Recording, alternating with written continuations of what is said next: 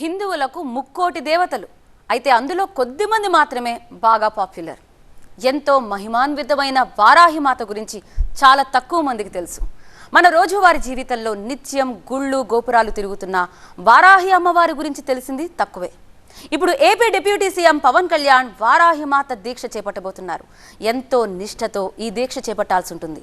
పవన్ దీక్షతో ఎక్కడ చూసినా వారాహిమాత గురించే చర్చ నడుస్తోంది. ఇందుకీ దీక్ష ఎలా ఉంటుంది, ఎవరెవరు చేయాల్సి ఉంటుంది, దీక్ష వల్ల కలిగే ప్రయోజనాలేంటి? ఏపీలో ఇప్పుడు ఎక్కడ చూసినా వారాహిమాత పేరే మారుమోగిపోతోంది. అందుకు కారణం డిప్యూటీ సీఎం పవన్ కళ్యాణ్ ఆ అమ్మవారి దీక్షను చేపడుతుండడమే. జూన్ 26 నుంచి 11 రోజుల పాటు పవన్ వారాహిమాత దీక్షలో ఉండబోతున్నారు అని జనసేన పార్టీ ఒక ప్రకటనలో తెలియజేసింది. ఈ దీక్షలో భాగంగా 11 రోజుల పాటు పవన్ కళ్యాణ్ కేవలం పాలు, పండ్లు, ఇతర ద్రవరూప ఆహారం మాత్రమే తీసుకుంటారు.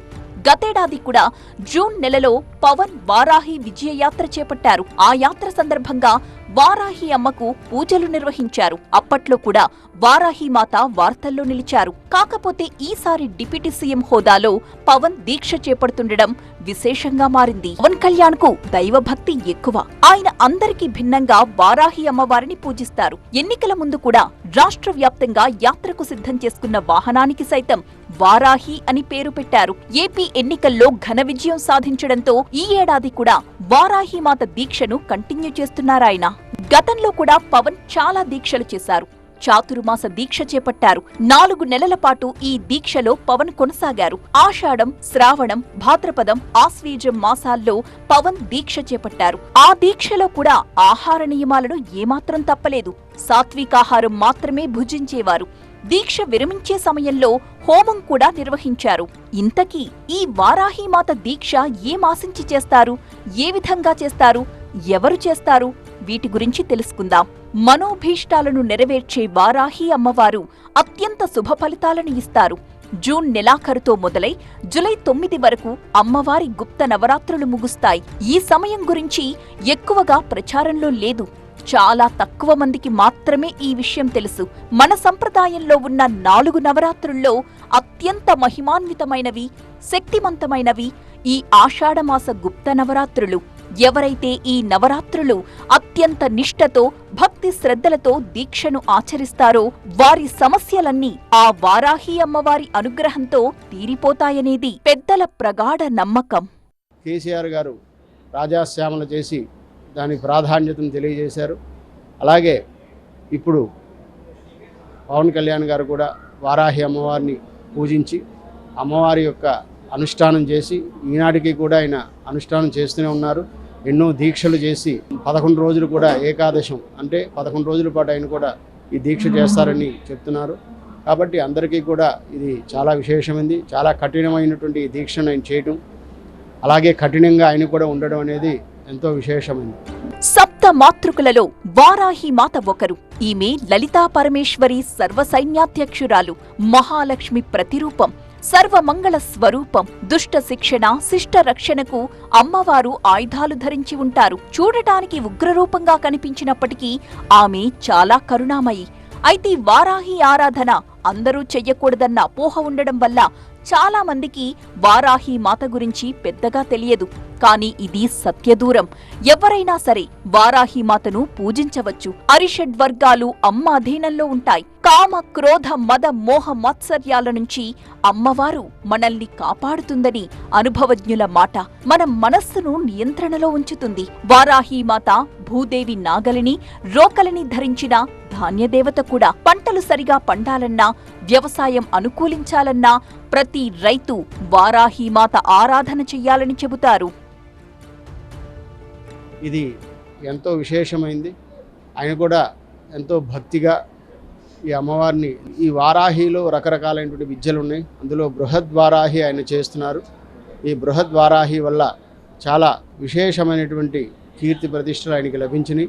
అమ్మవారు కూడా అలాగే ఆయన అనుగ్రహించింది. కాబట్టి దానివల్ల మనం కూడా ఆయన్ని చూసి ఎన్నో కొన్ని నేర్చుకోవాల్సింది కూడా ఉంది. ఆయన ఎంతో భక్తిగా ఇటువంటి విద్యల్ని చేయటం, వారాహి మాత దీక్షను భక్తి శ్రద్ధలతో చేసిన వారికి వారు కోరుకున్నవన్నీ జరుగుతాయి. భూ సమస్యలు పరిష్కారమవుతాయి. భూ తగాదాలు, కోర్టు కేసులు, శత్రు సమస్యలు, తీవ్ర అనారోగ్య సమస్యలు, జీవితంలో స్థిరత్వం లేకున్నా, మనకు రక్షణ కావాలన్నా, ఇంట్లో తరచూ అశుభాలు జరుగుతున్నా, ఆర్థిక స్థిరత్వం లేకున్నా, అప్పుల బాధల నుంచి విముక్తి పొందాలన్నా వారాహి మాత దీక్ష చేస్తే చాలు. ఎలాంటి సమస్య అయినా ఇట్టే పరిష్కారమైపోతుందంటారు. రిషికేశ్, హరిద్వారు అటువైపు వెళ్తే ఎంతోమంది చాలామంది ఈ దీక్షలు చేస్తారు వాళ్ళు. ఎందుకంటే అక్కడంతా కూడా ఋషులు వాళ్ళ సాంప్రదాయం ప్రకారం వీళ్ళకి అటువంటి విద్యలను ఇవ్వడం జరుగుతుంది. దాన్ని నమ్మకంగా వాటి మీద ఉండేటువంటి భక్తిగా చేస్తే ఈ యొక్క విద్యకి ఎంతో ప్రాధాన్యత కలుగుతుంది. కాబట్టి ఏంటంటే రాజకీయ నాయకుల్లో ఇప్పటివరకు ఇటువంటి వారాహి విద్యను చేసిన వాళ్ళైతే నేను ఎక్కడ వినలేదు. అది వారాహి మాతను ఆరాధిస్తూ దీక్ష తీసుకున్న వారు రోజూ ఉదయాన్నే లేచి తలస్నానం చేశాక దీక్షా వస్త్రాలు ధరించాలి. అలా వీలు కాని వారు మెడలో దీక్షగా ఒక కండువాను 9 రోజుల పాటు ధరించాలి. నిత్యం వారాహీమాత అష్టోత్తర నామాలు కాని, సహస్రనామాలు కాని చదువుతూ ఆ అమ్మవారికి కుంకుమార్చన చెయ్యాలి. ఎర్రటి పూలతో పూజించాలి. దానిమ్మ గింజల్ని నైవేద్యంగా పెట్టాలి. దీక్షలో ఉన్నన్ని రోజులు పాదరక్షలు ధరించరాదు. మద్య మాంసాలకు దూరంగా ఉండాలి. బ్రహ్మచర్యం పాటించాలి. నేలపైనే చాపపరిచి పడుకోవలసి ఉంటుందని పండితులు పూజా క్రతువును వివరించారు. వినడానికి ఎలా ఉన్నా ఆచరించడానికి మాత్రం ఇది కాస్త కఠినంగానే ఉంటుందని చెప్తారు. అయితే అమ్మవారి అనుగ్రహం పొందటానికి ఈ మాత్రం చెయ్యలేరా? పవన్ కళ్యాణ్ ఇప్పుడు ఈ కఠిన దీక్షను చేపట్టబోతున్నారు. వారాహి మాతను నేపాల్లో బరాహి అంటారు. రాజస్థాన్, గుజరాత్లలో ఆమెను దండినిగా కొలుస్తారు. హిందూ దేవతైన వారాహిమాత మూలాలు బౌద్ధ దేవతలైన వజ్రవరాహి, మరీచిలో ఉన్నాయి. వరాహం కేవలం హిందూ పురాణాలకే పరిమితం కాలేదు. ఇది Celtic, Japanese, Chinese, Greek, American, Indian, Egyptian సంస్కృతుల్లో కూడా ఉంది. చైనాలో వరాహం అటవీ సంపదను సూచిస్తుంది. జపాన్లో వరాహం ధైర్యానికి ప్రతీక. మన పురాణాల్లోని సప్తమాతృకల్లో వారాహిమాత ధైర్యం, నిర్భయతకు గుర్తుగా చూస్తారు.